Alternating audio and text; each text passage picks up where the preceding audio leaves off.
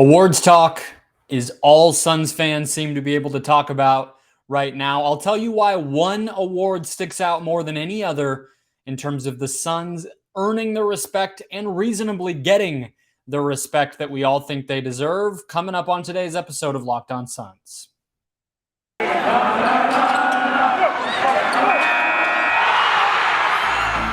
You are Locked On Suns, your daily Phoenix Suns podcast. Part of the Locked On Podcast Network, your team every day.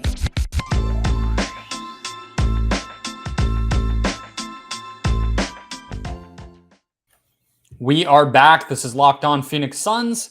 We are part of the Locked On Podcast Network, and I'm your host, Brendon Kleen, a contributor at Suns.com, as well as Dime Magazine, and a credentialed media member covering these Phoenix Suns for the past 5 seasons. Thank you for making Locked On Suns your first listen today and every day. We are on YouTube, where you can subscribe to our channel and help us grow. We are on every podcast platform where you can do the same. So scroll down, hit that subscribe button. You do not want to miss a thing. The playoffs are just around the corner, and awards talk is heating up, and that's what we're here to do today. The show today, guys, brought to you by NBA Top Shot. NBA Top Shot is the future of being an NBA fan. Own officially licensed rare NFTs of the greatest moments from throughout NBA history by signing up today at lockedon.nbatopshot.com. More from them later in the show. So we've been talking about awards ad nauseum in the Valley this week and this month, it feels like, basically ever since Chris Paul went down with the thumb fracture and Devin Booker took his game to another level, and rightly so. And I've been chronicling that conversation every day here on the show. We don't know what will happen there. We don't know what will happen with Mikal Bridges and his Defensive Player of the Year candidacy. We don't even know what might happen with All NBA. But what I can tell you for sure, and the award that matters to me the most, well, those are good to have be one and the same. The one that I want is the one that I think will happen, and that is Coach of the Year. If you look right now, the most recent odds from the sportsbook that actually posts thorough odds. It's surprisingly difficult to find NBA Coach of the Year odds. The top 5, I'll read. And it's not surprising. And there's a pretty, these 5 are ahead of the pack. These are definitely the leaders. And I think one of them is definitely going to win. I think it's truly a 2 or 3 man race here, but Ime Udoka from Boston plus 1,500, JB Bickerstaff from the Cleveland Cavaliers plus 1,000, Taylor Jenkins of the Memphis Grizzlies plus 800, Eric Spoelstra, Miami Heat plus 700, and knock on wood here, get every sort of voodoo thing going the right direction that you need it to, because Monty Williams is minus 2,000. He is the runaway favorite, not even close. Nobody else in the ballpark for the NBA Coach of the Year race as it stands right now. And I think it's Monty, Spoelstra, or Jenkins. Bickerstaff, I think, deserves a heap of credit because he has been fired a bunch of times. This is his 3rd job, and he's still a young guy, and he's been good everywhere he's gone and keeps getting fired. So getting some success under his belt with the Cavs and building a program that he can help grow, I think, is impressive. But they've fallen. They're not too high in the standings. Ime Udoka with the Celtics, I just think you have to do it for the whole year. And he flipped the switch. The team flipped the switch and has been incredible for a few months now. But the beginning, things were really ugly, and people wondered if he might get fired. And that can't be your Coach of the Year. Monty and Spo are basically the 2 top seeds. We'll see if that actually holds. It might be Udoka who gets the top seed. It might be Doc Rivers who gets the top seed in the East. But it was 1-1 for the majority of the season. And Taylor Jenkins, I mean, what else do you need to say? That team jumped incredibly high in the standings from where they were. They're good on both ends of the floor. They win with or without Ja Morant. But I think it's almost, well, the numbers say it's an easy call that Monty Williams should be the favorite here. I had a little love letter to Monty in the recap show yesterday talking about the Sixers game, where the ability of this team to craft a game plan and execute it moment to moment, game to game is unlike anything I can really remember seeing. I'm not saying this is the best coaching job in the history of the NBA, but that particular part of it in terms of What are our rules going to be in order to beat this team? And how can we put them in place in a way that they are replicable, easy to follow, and put our players in position to succeed? I mean, game planning is almost a lost art in the NBA. You hear so many coaches complaining about the schedule and they don't practice anymore and players are in and out of the lineup more than they used to be, etc. That has not stopped Monty Williams. Now, yes, the Suns have had a fair bit of continuity. They haven't had a major injury where a player is out for the season or anything like that, but it doesn't feel like there's been a ton of games where all of the Suns' top 8 or so players have really been in there, and yet Monty finds a way to get it done. He also should be given a ton of credit for those players even being as good as they are. He's developed players, obviously career seasons from just about everybody: Booker, Ayton, Bridges, Johnson. All 4 of those guys have taken considerable steps forward. Chris Paul continues to be excellent despite losing, a little bit of his athleticism, and he's not as aggressive, and yet he still is one of the more valuable players in the entire league. Somebody who I could see getting MVP votes.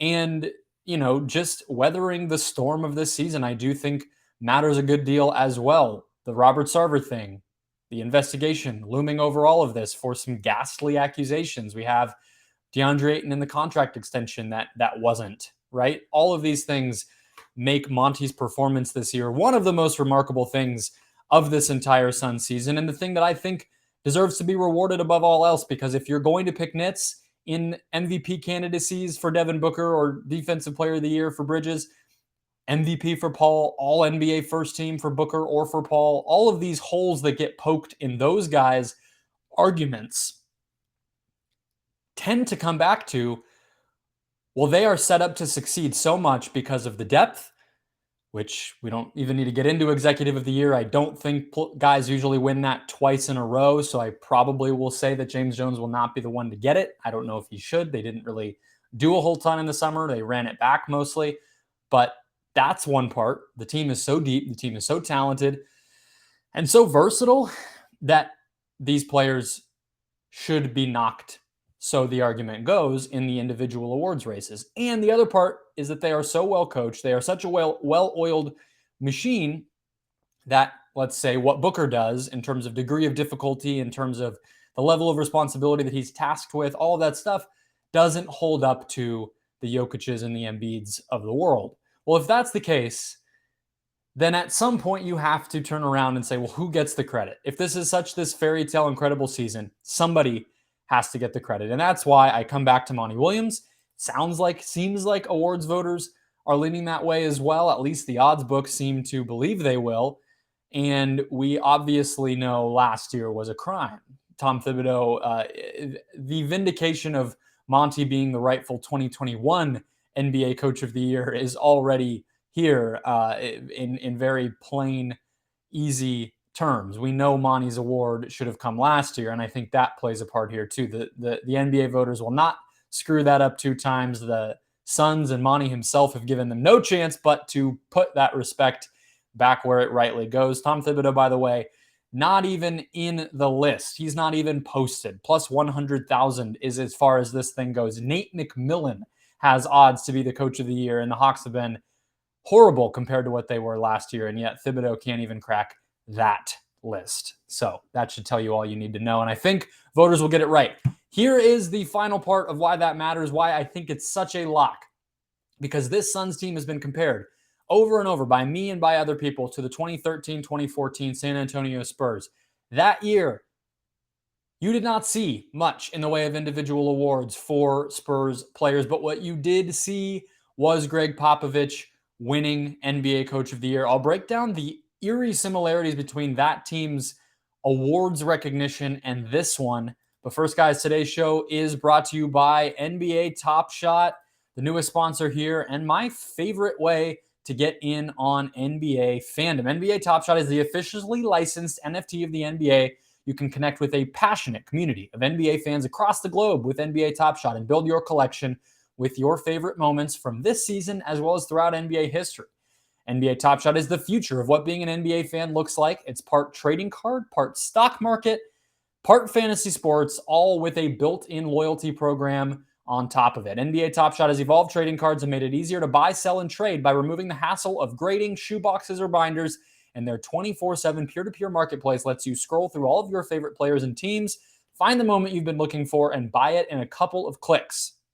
We hear all the time, why would I buy something that I could watch on YouTube or just get for free? And for those people, it's not about watching that highlight. It's about having ownership in the stock market of the NBA's greatest moments. And owning NBA Top Shot moments can get you access to unbuyable, once-in-a-lifetime, real-life experiences such as Game 5 of the NBA Finals. That's right in our backyard, Suns fans. We saw a NBA Top Shot get-together at Game 5 of the Finals. If you sign up for Top Shot today, the best way to start is getting yourself a starter pack. You can pull a moment of a superstar like LeBron or KD, or star rookies like Cade Cunningham or Evan Mobley, starting at just $9. Head over to lockedon.nbatopshot.com to start building your collection today. Today's show also brought to you by TrueBill. If you ever wondered why free trials renew without your consent, well, it's not that hard to guess. It's greedy corporations trying to pocket your money. Download TrueBill to take control of your subscriptions. TrueBill is the new app that helps you identify and stop paying for subscriptions that you don't need, want, or maybe even just forgot about. Companies love to make it hard to cancel, but TrueBill makes it incredibly simple. Just link your accounts, and TrueBill will cancel your unwanted subscriptions in one tap. It'll say, hey, you haven't used this app in a while. You actually still paying for this. You really want to be doing that? And you say, no. And then you say, thank you, TrueBill. Your TrueBill concierge is there when you need them to cancel those subscriptions. Keep track of them so you don't have to. TrueBill has over 2 million users who have saved over $100 million combined. Don't fall for subscription scams. Start canceling today at truebill.com/lockedonnba. Go right now, truebill.com/lockedonnba. Could save you thousands per year. The 2013-14 San Antonio Spurs, everyone will remember as the team that blitzed through the NBA and won a title after Ray Allen's shot in the 2013 finals. This is the team that blew through the Miami Heat in 5 games and ended LeBron's tenure in Miami. We saw actually a surprisingly difficult first-round series against the Mavs, but after that 5-game win in the second round by these Spurs, a 6-game conference finals victory over the Thunder, and then that 5-game NBA finals win. This was, of course, Tim Duncan's final championship. This was a season where the Spurs really were not in doubt at any point. They were 62-20. They were first by a good bit in net rating. A season very much like this one that the Suns are currently going through. Just cream of the crop, the class of the league, no doubt about it, right? Well, you go through, I'm on the All NBA, I'm on the awards page, the season summary page here on Basketball Reference. Most valuable player that season, Kevin Durant. Defensive Player of the Year, Joakim Noah, who also was in the MVP discussion. Most improved player was one Goran Dragic of the Phoenix Suns. 6th Man of the Year, former Phoenix Sun, Jamal Crawford. What you will notice there is not one single Phoenix or San Antonio Spur to be found. You also, surprisingly, if you work backwards here, the only presence of a Spur on the defense teams, the all-defensive teams, is Kawhi Leonard on the second team, which I get he was young. He did win Finals MVP this season, but was early in his career. Still just feels crazy that Kawhi would be second team All-NBA defense when he's healthy at any point. But most surprisingly, beyond any of that, is the All-NBA teams. So, of course, you know the characters here. Tim Duncan, who was near the end. Manu Ginobili, also near the end. You had Kawhi Leonard, who was very early. And then you had Tony Parker, who was right at the tail end of his prime. This was one of the more fun player stretches that I personally ever cheered for. This late career Tony Parker, once Suns fans didn't have to care anymore about rooting against him. And they were not competitive that much anymore. It was fun. I loved watching those Tony Parker seasons. He was one of the All-NBA guards. Second team guard with Steph Curry, who was early in his rise. Chris Paul was actually first team. James Harden was first team. And then third team was Dragic, as you'll remember, and then Damian Lillard. But that second team appearance for Tony Parker was the only Spur on any All-NBA team. So you did not have Kawhi Leonard in there. You did not have Tim Duncan or Manu Ginobili because they were not playing a ton of minutes, but they also were not as productive. So basically you go 1 second team all defense, 1 second team all NBA, and that's it. This incredible last dance Spurs season was only represented in the history books of the NBA with those two achievements and Greg Popovich as coach of the year. And so I say again, and this is why I'm increasingly sure that Monty will win this, and that it may be the only way that the Suns are one of the only ways the Suns are represented in the awards voting here. I think that they will get probably both Booker and Paul in all NBA. Much deserved, but I think the ship has completely sailed. There's no DeAndre Ayton all NBA. There's no Mikal Bridges all NBA. Those are not going to happen. You will get a Mikal Bridges all defense, I believe first team, but if not, then second team. That will be it. You're not getting Devin Booker for MVP. I just don't think that's happening. You look at any odds, you look at any real thorough breakdowns. He is definitely going to be a player who gets votes. He may finish fourth when it is all said and done, but he's not going to win that award. Mikal Bridges, unlikely to win Defensive Player of the Year. Just big men are going to have an advantage there. Most improved player, maybe Cam Johnson if he's at the level he was at post-All-Star break all season. Maybe you get it, but not going to happen. And obviously no Rookie of the Year candidates for the Suns. So this is how the NBA voters award this type of season. A season that they don't know what to make of, that no one player is the leader of necessarily. That is how voters tend to reward this, is they say the coach gets the credit, right? The coach gets the credit. You put this group of players together in a way that made them greater than the sum of their parts. We won't award the players because we don't know how to quantify what they're doing. We don't know how to give an accolade to somebody who's just part of this juggernaut playing their role and playing so few minutes because of so many blowouts. We don't know what to do with that, but we know what to do when we see a team that plays together at an elite level, and that's to say, good job to the coach. So we won't maybe see the awards we want given to the Suns at the end of the season. We might not know how to contextualize some of this. And I say we, not about anyone listening here, but about how we as NBA fans do this stuff. But we will be able to give it to Monty Williams. Want to close out with a few thoughts about this upcoming stretch of games for the Suns, what I could reasonably see happening here, because they're getting to a stretch that's going to be a test, and then they might already be pretty early to the sitting players thing. We'll have to see. We'll talk about that in just a second. First, though, guys, today's show brought to you by Rock Auto.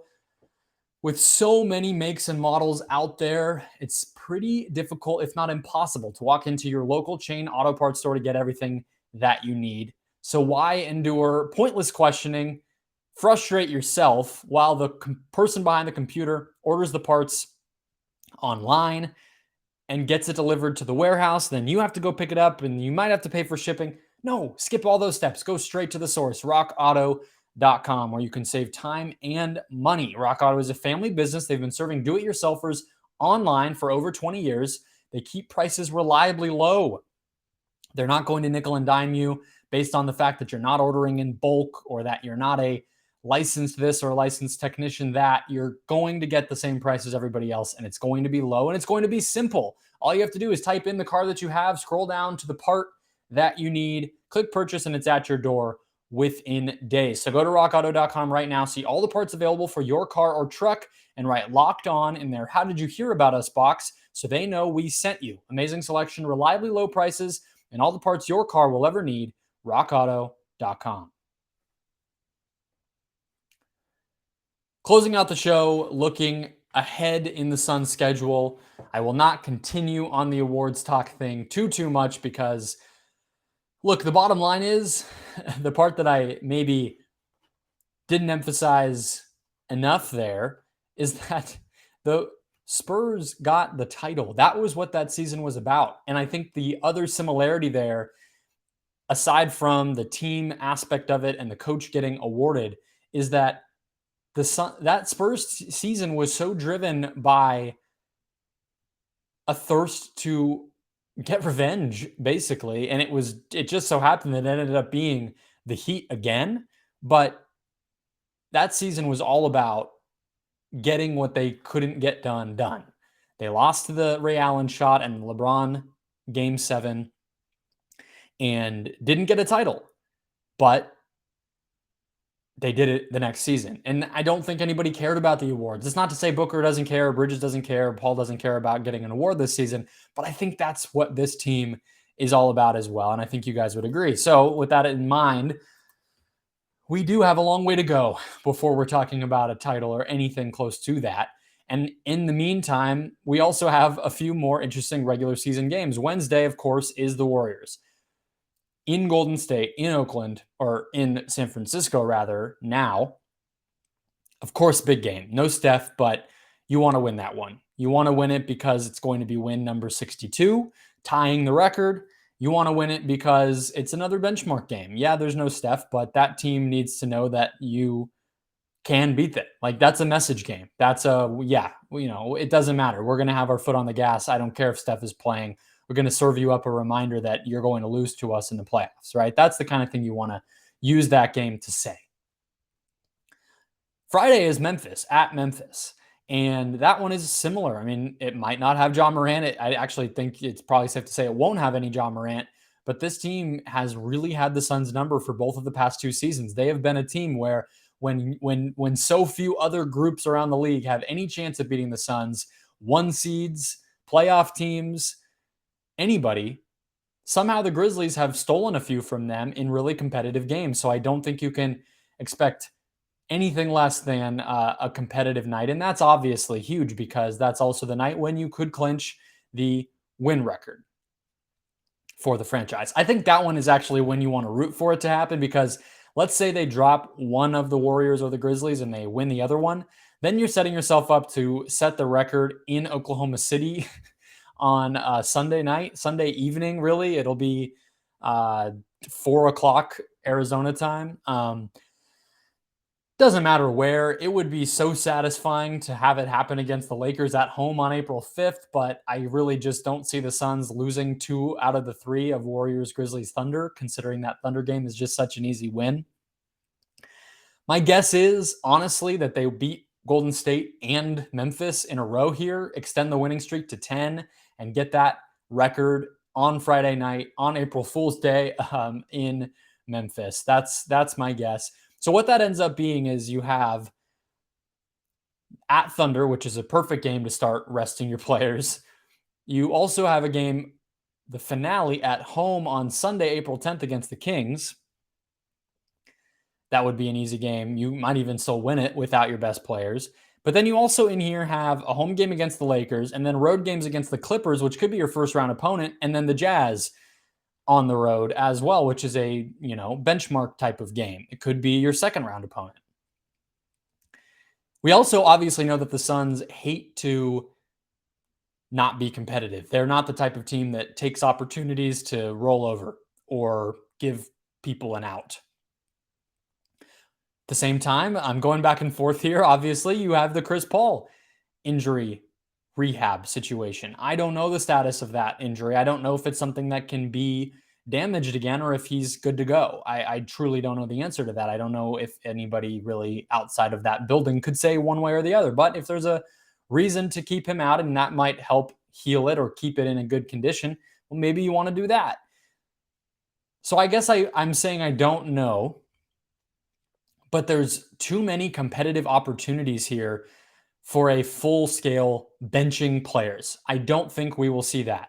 If they do get the franchise win record this Friday in Memphis with a win there, I think you will start to see some strategic resting. And I don't even mean benching for full games, but minute manipulation, if you want to call it that. We don't know when Lundberg is going to come here, the two-way player that they signed. If there's a chance that he gets in, he doesn't get to play in the playoffs. He's not eligible to play in the playoffs. And so the Suns might want to get to see him a little bit, or maybe they just made that deal expecting to get him in time for the offseason and into next season. Maybe he'll play Summer League. I don't know, but there's too many reasons to try to win, but there's also enough evidence here that it's worth playing things a little bit cool. You'll also remember the final 2 games, I believe, of last year, the Suns sat their guys.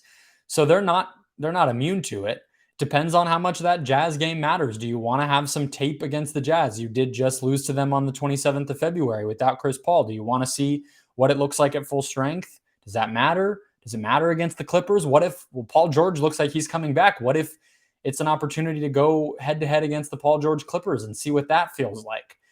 I think Monty will be strategic. I think there will be opportunities against the Thunder, against the Lakers, against the Kings, where it'll probably be a relatively winnable, manageable game where you can rest guys. But I also think you want to keep your pedal to the metal and you want to go into the playoffs strong. So that's sort of what I think. Clinch the game, clinch the record this Friday in the game against the Grizzlies, starting with Oklahoma City, some strategic resting. Maybe you get up for the Clippers and the Jazz because you want to see what those games look like.